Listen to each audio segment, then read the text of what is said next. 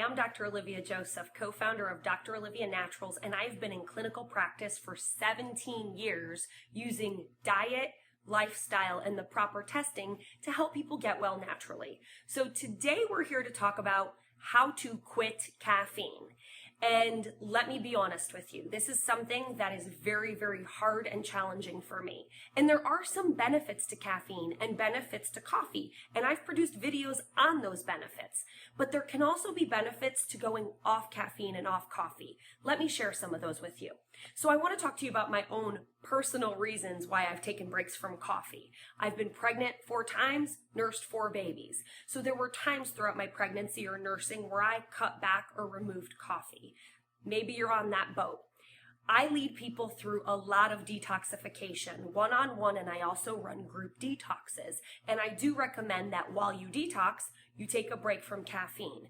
Really because we want to improve your body's ability to absorb water and absorb nutrients, and sometimes coffee and caffeine can cause dehydration.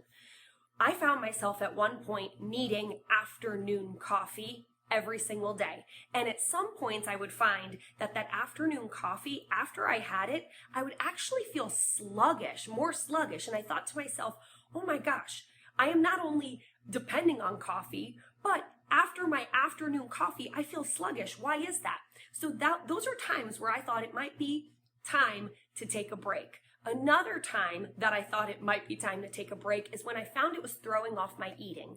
When I was drinking coffee, suppressing my hunger, and I wasn't eating. And then later on, I would be famished, feel like I had low blood sugar, low blood pressure. I was literally seeing spots. And then what would I do? I would overeat. And then what would happen after I would overeat? I would crash. So maybe you can relate to some of these things, or maybe you're just super health conscious and you want to be more preventive and you didn't find yourself in that boat.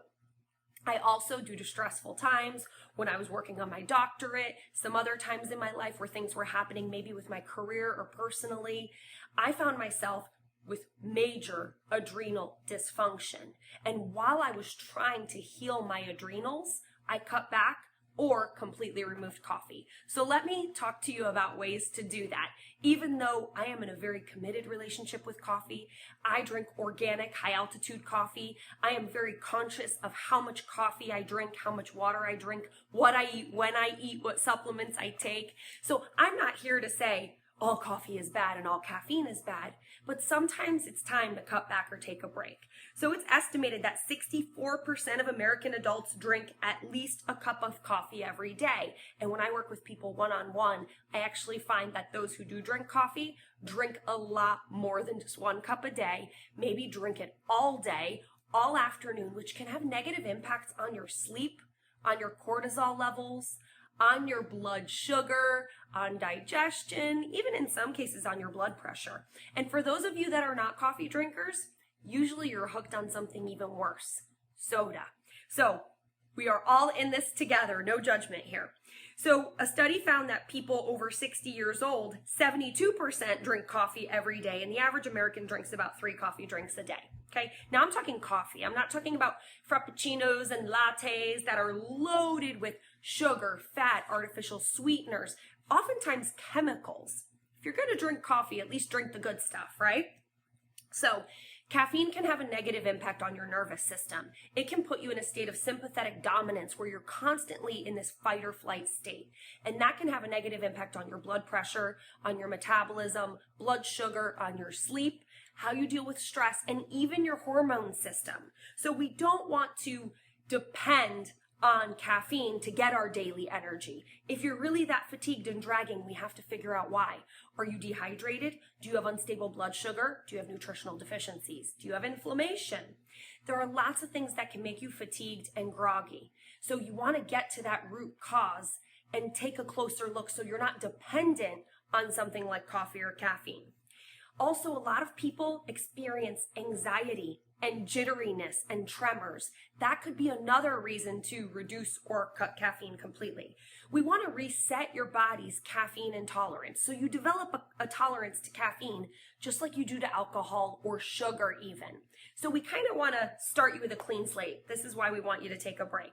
And also, many people see weight loss when they cut caffeine out. Now, caffeine can have some positive benefits on your metabolism, on blood sugar. I'm not saying that it doesn't or that it can't, but in some people, it affects your appetite.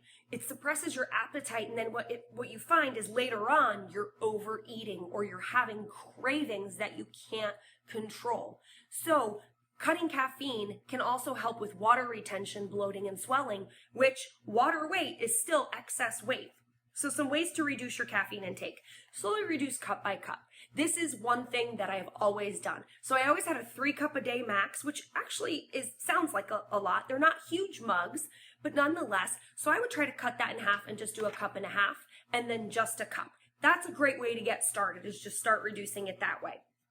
Another thing is find replacements that have caffeine but also have health benefits. I am a huge fan of Earl Grey tea. It's one of my favorite teas. Well, Earl Grey has something in it called bergamot, which has many antioxidant benefits, anti-aging benefits. Bergamot is also good for cholesterol. So Earl Grey tea still has a significant amount of caffeine, and by drinking other drinks that have caffeine, your coffee cup intake will go down. Also, I'm a huge fan of green tea. Green tea has a little bit of caffeine. It's got something called EGCG in it, which is a great antioxidant. So good for your metabolism, great for brain health, for so many things if you research EGCG and the benefits. So start doing that, transitioning to other drinks that have less caffeine, but that also still give you a little bit of caffeine but have health benefits. That's something that I recommend. And many people switch to half calf or decaf. Be very, very careful, because a lot of decaf coffees are laden with chemicals, pesticides, herbicides. So you want to make sure if you do half calf or do mix decaf in, that you're doing organic decaf, one that is not chemically processed or a water decaf process. And really in that case, I would say just switch to some of those other drinks. So another great thing, this is something that I highly recommend for people who are on detox, is they start their morning with dandelion tea, which it tastes a lot like coffee. Dandy Blend is one of my favorites. You mix it up with some hot boiling water. I'll put cinnamon in it sometimes. I've even bought this great non-dairy milk. It's by the brand Khalifa. It's a coconut almond milk mix. It's so delicious. The flavor is toasted coconut. It is not sweetened. I'll put a little bit of it in there. I may make an iced coffee using that as well. It's really, really good, and I recommend it for people that do group detoxes for me. And if you do find you're having trouble sleeping, then I try Pillow Ease. Pillow Ease is a natural supplement that I created that has ingredients that help you to fall asleep and stay asleep naturally without making you groggy and without creating a dependency on a sleep aid. So I also want to talk to you about some foods or drinks that contain caffeine and can influence your sleep or even just your stress levels. Chocolate.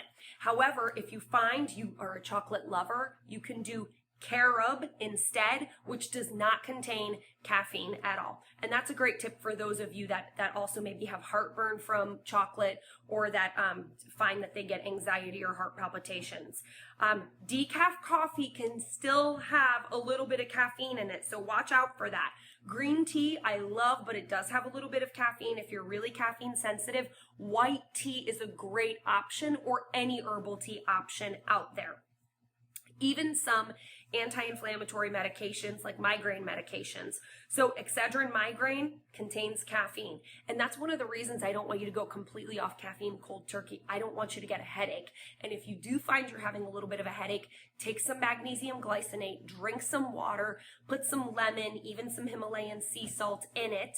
And if you need a little bit of caffeine, that's a great time to grab a little bit of Earl Grey tea or some green tea. So share with us if you've ever benefited with caffeine, if you found it helpful, what the pros and the cons are. Believe me, I've been there with you before, and coffee is something I'm so committed to, and I think can have so many health benefits in so many people that I don't want to sit here and be a hypocrite and act like it's not a love of my life, but I also know when there's time to take it down or cut it out or take a break completely. So if you find these things beneficial to you, you want to continue to get health tips from me, make sure you join our list. We are always providing content based on what you guys want to learn more about. So I look forward to seeing you on another video. Bye.